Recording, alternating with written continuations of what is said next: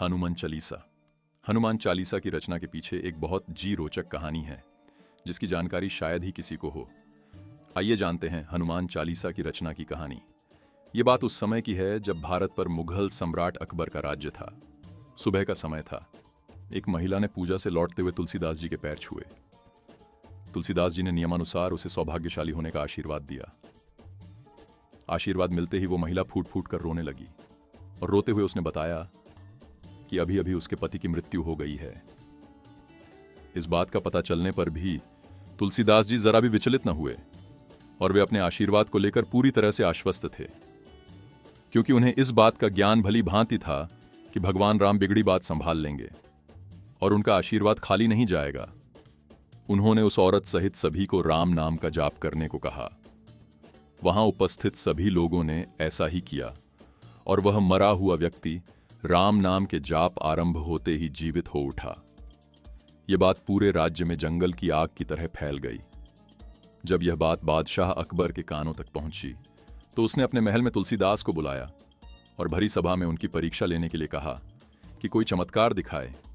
यह सब सुनकर तुलसीदास जी ने अकबर से बिना डरे उसे बताया कि वो कोई चमत्कारी बाबा नहीं है, सिर्फ श्री राम जी के भक्त हैं। अकबर इतना सुनते ही क्रोध में आ गया और उसने उसी समय सिपाहियों से कहकर तुलसीदास जी को कारागार में डलवा दिया। तुलसीदास जी ने तनिक भी प्रतिक्रिया नहीं दी और राम का नाम जपते हुए कारागार में चले गए। उन्होंने कारागार में भी अपनी आस्था बनाए रखी और वहां रहकर ही हनुमान चालीसा की रचना की और लगातार 40 दिन तक उसका निरंतर पाठ किया। 40वें दिन एक चमत्कार हुआ।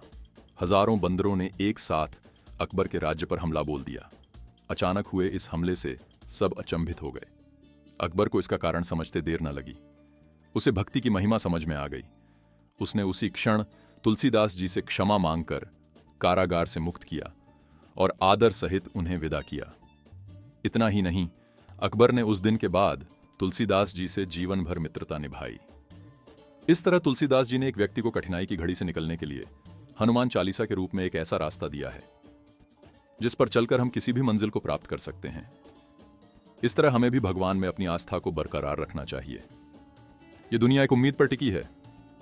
अगर विश्वास ही ना हो तो हम दुनिया का कोई भी काम नहीं कर सकते। बिनु विश्वास भक्ति नहीं, तेहि बिनु द्रवहिं न रामू।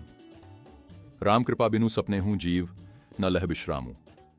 भावार्थ, बिना विश्वास के भक्ति नहीं होती। भक्ति के बिना श्री राम जी पिघलते ढरते नहीं और श्री राम जी की कृपा के बिना जीव स्वप्न में भी शांति नहीं पाता। जय जय श्री राम। हर हर महादेव।